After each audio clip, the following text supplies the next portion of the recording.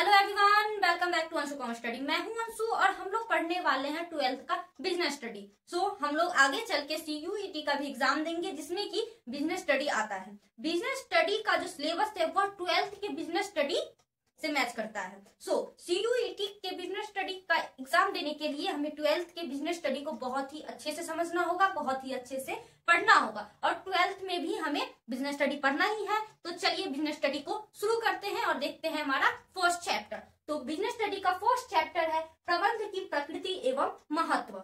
Management का विशेषता, इसकी महानता, महत्व क्या है, इस चीज को हम लोग समझेंगे। तो चलिए सबसे पहले समझते हैं महत्व को। हमारा आज का टॉपिक है मैनेजमेंट, प्रबंध। तो मैनेजमेंट क्या है? मैनेजमेंट के वर्ड को जब हम लोग देखते हैं तो मैनेजमेंट, तो यहाँ पे टी को चलिए हटा दिए, मैनेजमेंट, मैनेजमेंट। तो मैन को मैनेज करना, मैन को मैनेज करना ही मैनेजमेंट है। कैसे? तो चलिए इसको भी समझते हैं। जैसे कि हम लोगों ने दो संगठन लिया, ठीक, एक बड़ा संगठन और एक छोटा संगठन। तो दोनों संगठन है, दोनों फॉर्म है, दोनों में वस्तुएं बनाई जाती हैं, प्रोडक्शन किया जाता है। तो यहाँ पे क्या अंतर है? छोटे वाले फॉर्म में कम मैन है और बड़े वाले फॉर्म में ज्यादा मैन है। तो छोटा वाला फॉर्म क्या सोचता है कि कम आदमी मिलकर के ही हम लोग सारा काम कर लेंगे और प्रोडक्शन अच्छे से कर लेंगे।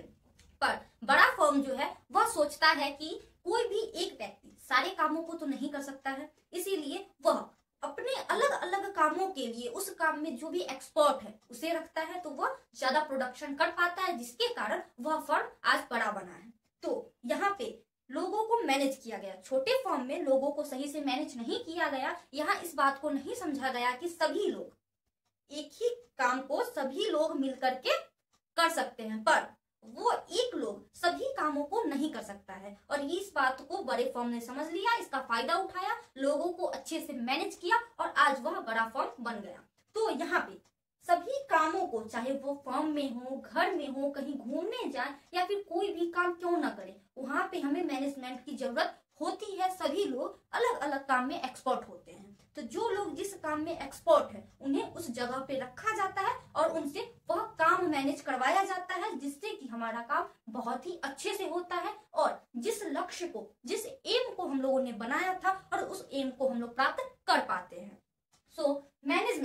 मैनेजमेंट में क्या होता है, चलिए इसको परिभाषा के द्वारा समझते हैं और अच्छे से देखते हैं। तो संगठन में सभी लोग अलग अलग काम करते हैं। कोई भी फर्म है, उस फर्म में बहुत से लोग हैं और वो सभी लोग अलग अलग काम करते हैं। जैसे चेयरमैन सारे नियम कानून देखता है, उसे बनाता है। ऑनर बिजनेस स्टार्ट करता है। वहां के कर्मचारी प्रोडक्शन के लिए अपना योगदान देते हैं, प्रोडक्शन करते हैं। अलग अलग क्षेत्र में अलग अलग लोग अलग अलग काम करते हैं, लेकिन इन सभी कामों का, ये सभी लोग जो अलग अलग काम कर रहे हैं, उन सभी कामों का उद्देश्य क्या है? एक ही है, प्रोडक्शन करना और ज्यादा से ज्यादा प्रॉफिट अर्न करना। तो यहाँ पे संगठन में सभी लोग जो है सो क्या कर रहे हैं? अलग अलग काम कर रहे हैं, पर इन अलग अलग काम करने का उद्देश्य क्या है?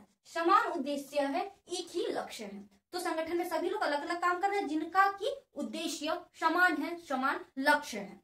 तो समान लक्ष्य वाले काम करने वाले विभिन्न लोगों को मैनेज करना, मार्गदर्शन दिखाना, कैसे क्या करना है यह बतलाना ही हमारा क्या है?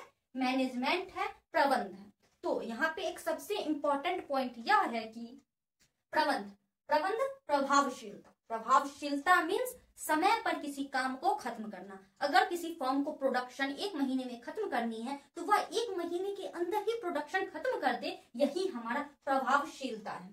प्लस दक्षता मीन्स न्यूनतम लागत पे, कम से कम संसाधनों के साथ, कम से कम कारकों के साथ हम लोग अधिक से अधिक उत्पादन करें।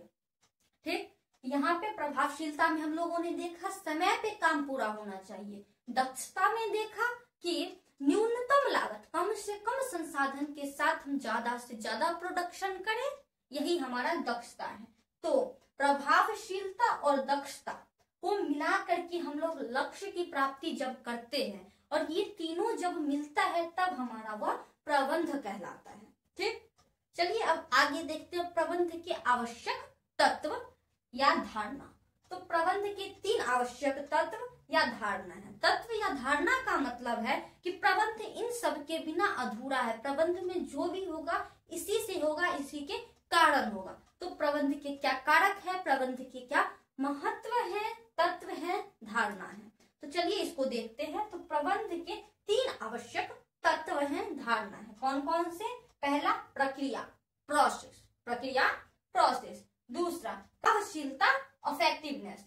दूसरा दक्षता, एफिशिएंसी, दक्षता, एफिशिएंसी। तो चलिए अब समझते हैं इन वर्ड्स को, इन धारणाओं को, इन तत्वों को।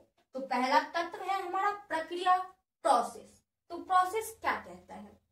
किसी भी काम को करने का एक प्रोसेस होता है, एक विधि होता है, एक नियम होता है। अगर हम लोग घर से निकलते हैं स्कूल के लिए तो सबसे पहले हम स्कूल के लिए रेडी होते हैं, फिर अपना बैग पैक करते हैं, गाड़ी में बैठते हैं, स्कूल बस हो, स्कूटी हो या फिर साइकिल हो, किसी पे बैठते हैं। एक रास्ता निश्चित है, उस रास्ता पे चलते हुए हम लोग स्कूल पहुंचते हैं और वहां पे पढ़ाई करके अपना स्कूल जाने का लक्ष्य प्राप्त करते हैं। उसी प्रकार से प्रबंध भी क्या है? एक प्रकार की प्रक्रिया है। इसमें क्या होता है? तो सबसे पहले प्लानिंग, सबसे पहले प्लानिंग कि हमें क्या करना है, कैसे करना है, कहाँ करना है, किसके द्वारा कराना है। उसके बाद ऑर्गेनाइजिंग, ऑर्गेनाइजिंग में हम लोग पहले तो ये सोच लिए है कि क्या करना है, कैसे करना है। अब कैसे करना है में ऑर्गेनाइज करते हैं कि उस काम को कौन करेगा, उस काम को कौन करेगा। मीन्स नॉर्मली हम लोग काम को बांट देते हैं कि तुम ये काम करो, तुम ये काम करो और तुम ये काम करो, ताकि काम बहुत ही जल्दी और बहुत ही आसानी से हो जाए। उसके बाद आता है स्टाफिंग। तो स्टाफिंग में हम लोगों ने जो जो काम बांटा था कि इस काम को इस विभाग के आदमी करेंगे, इस काम को इस विभाग के आदमी करेंगे, तो उस विभाग में, उस क्षेत्र में किस आदमी को लाना है, यह हम लोग स्टाफिंग के द्वारा तय करते हैं। अगर कोई कंफ्यूजन है तो चलिए फिर से देखते हैं। प्लानिंग, प्लानिंग मीन्स क्या करना है, ठीक। प्लानिंग मीन्स क्या करना है, कहाँ करना है, कैसे करना है। ऑर्गेनाइजिंग, ऑर्गेनाइजिंग मीन्स हम लोग काम को बांट दिए हैं कि किस क्षेत्र द्वारा। मीन्स प्रोडक्शन जो है वो प्रोडक्शन क्षेत्र करेगा, सेल जो है वो सेल क्षेत्र करेगा, ग्राहकों को लाना वो दूसरा क्षेत्र करेगा। तो हम लोगों ने क्षेत्रों को बांट दिया है। और स्टाफिंग में, प्रोडक्शन में किन किन लोगों को लाया जाएगा, सेल करने के लिए किन किन लोगों को लाया जाएगा, एडवर्टाइजिंग के लिए किन लोगों को जाएगा। तो ये जो किन लोग हैं, यहाँ पे नियुक्ति, यहाँ पे स्टाफिंग करना ही हमारा स्टाफिंग है। यहाँ पे हम लोग स्टाफ को लाते हैं। उसके बाद आता है डायरेक्टिंग। अब स्टाफ तो ले आए, अब क्या पता स्टाफ को उतने अच्छे से काम आता है या नहीं आता है, वो मार्केट को उतने अच्छे से समझता है या नहीं। तो डायरेक्टिंग में हम लोग उनको डायरेक्ट करेंगे, उन्हें डायरेक्शन देंगे कि आप इस डायरेक्शन में काम कीजिए। तो वहां पे लोगों को प्रशिक्षण दिया जाता है, प्रोत्साहन दिया जाता है, काम करने के लिए एक आंतरिक शक्ति दी जाती है, उसी को कहते हैं डायरेक्टिंग। अब हम लोगों ने सारा काम तो कर दिया, पर ये भी तो देखना है कि जिसको जो जो काम दिया गया है क्या वह काम अच्छे से कर रहा है, क्या हमारे लक्ष्य की प्राप्ति समय पे हो रही है। तो इसके लिए हम लोग कंट्रोलिंग करते हैं। कंट्रोलिंग में क्या देखते हैं कि हम लोगों ने जिसको जो जो काम सौंपा है वह उस काम को अच्छे से कर रहा है या नहीं कर रहा है। तो प्रोसेस देख लिए। उसके बाद आते हैं इफेक्टिवनेस पे। तो इफेक्टिवनेस प्रभावशीलता। यहाँ पे प्रभावशीलता मीन्स हम अपना प्रभाव कहीं पे छोड़ रहे हैं, किसी भी काम को एक समय पे खत्म कर रहे हैं, सही तरीके से खत्म कर रहे हैं। यहाँ पे सबसे इंपॉर्टेंट है कि सही ढंग से, कोई भी अटपटा ढंग जो कि है ही नहीं, कहीं से हमें प्रोडक्शन करने के लिए सामान दिया गया और कहा गया प्रोडक्शन कीजिए और हम लोगों ने बेईमानी किया, प्रोडक्शन ना करके उसी माल को खरीद करके उस पर अपना लेवल लगा के बेच दिया। तो नहीं, ऐसा नहीं। सही ढंग से मीन्स उसका प्रोडक्शन अगर हमें दिया गया है तो प्रोडक्शन हम लोग ही करेंगे, हम में से ही कोई करेगा। तो सही ढंग से तथा समय पर लक्ष्य प्राप्त करना। अगर कहा गया है दिन के अंदर 100 प्रोडक्ट बनाने हैं तो हम लोग समय यहाँ पे एक निश्चित कर दिया गया है, इस निश्चित समय पे ही 100 प्रोडक्ट बनाएंगे। तो इसी को हम लोग कहते हैं प्रभावशीलता। अब आते हैं दक्षता पे। तो दक्षता में क्या होता है? सही ढंग से तथा न्यूनतम लागत पर लक्ष्य प्राप्त करना। न्यूनतम लागत मीन्स अगर कोई दूसरी कंपनी 10 रुपए में एक साबुन बना रही है तो हम लोग इस बात को सोचेंगे कि उसी क्वालिटी का उसी क्वांटिटी का सामान कैसे 10 के बदले 9 रुपए में बनाए। उसके लिए कहाँ से संसाधन खरीदे। अगर बाजार से हम लोग कारक खरीद रहे हैं तो बाजार से ना खरीद के सीधा उसके मूल आधार से खरीदे, ताकि हमें न्यूनतम लागत लगे, न्यूनतम पैसे पे हम लोग उसी मात्रा में उसी गुणवत्ता में प्रोडक्शन कर पाए। तो इसी को कहते हैं दक्षता।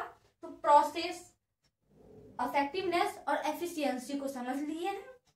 चलिए अब यहाँ पे एफिशिएंसी और इफेक्टिवनेस में संबंध को देखते हैं। तो इफेक्टिवनेस में क्या देखें कि समय पर काम को पूरा करना है और एफिशिएंसी में न्यूनतम लागत पे काम को पूरा करना है। तो किसी भी प्रोडक्शन के लिए, किसी भी फर्म के लिए या मैनेजमेंट के लिए सबसे इंपॉर्टेंट यह है कि दोनों में बैलेंस बना रहे। न्यूनतम लागत पे कम संसाधन के साथ काम हो भी जाए और वह काम एकदम समय पे हो, ताकि हमें किसी भी प्रकार का नुकसान न हो। जैसे कि मान लेते हैं अगर हमारे प्रभावशीलता में कमी आ गई, मीन्स हमें 10 दिन में किसी काम को करना था पर उस काम में हम लोगों ने ढिलाई की, प्रभावशीलता को कम कर दिया और 10 दिन के बदले उस काम को 15 दिन में किया। तो यहाँ पे क्या होगा, मार्केट में जो सामान हमें 10 दिन के बाद लाना था उस सामान को हम लोग 15 दिन के बाद ला रहे हैं। यहाँ पे ये जो 5 दिन का अंतराल हुआ, इसमें ग्राहकों की मनोवृत्ति बदल सकती है। ग्राहक उस सामान को छोड़ करके दूसरे सामान के प्रति आकर्षित हो सकते हैं, या फिर कोई दूसरी कंपनी उसी सामान को बना करके उन 5 दिनों में बेच सकता है, जिससे कि यहाँ पे हमारा प्रॉफिट मार्जिन जो है वह कम हो जाएगा। अब समय पर लक्ष्य प्राप्त करने के लिए हम लोगों ने क्या किया, समय पे तो हमारी ढिलाई के कारण लक्ष्य प्राप्त हो नहीं पाया, तो अब क्या किए, इसका जो न्यूनतम लागत पे करना था ना, उसको लागत बढ़ा दी।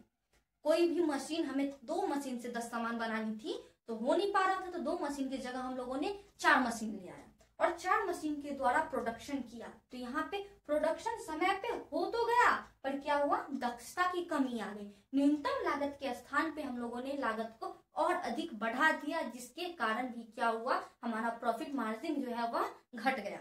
तो बिजनेस में प्रबंध को अच्छे से चलाने के लिए, बिजनेस के अच्छे प्रॉफिट के लिए हम लोग को सबसे पहले इस बात का ध्यान रखना होगा कि प्रभावशीलता और दक्षता में संबंध, एक तुलना जो है वह हमेशा बना रहे, दोनों एक दूसरे के साथ चले, ना कोई आगे जाए ना कोई पीछे रह जाए। यहाँ पे दोनों को हम लोग बैलेंस करके चलेंगे तो हमारा प्रॉफिट बहुत ही अच्छा होगा।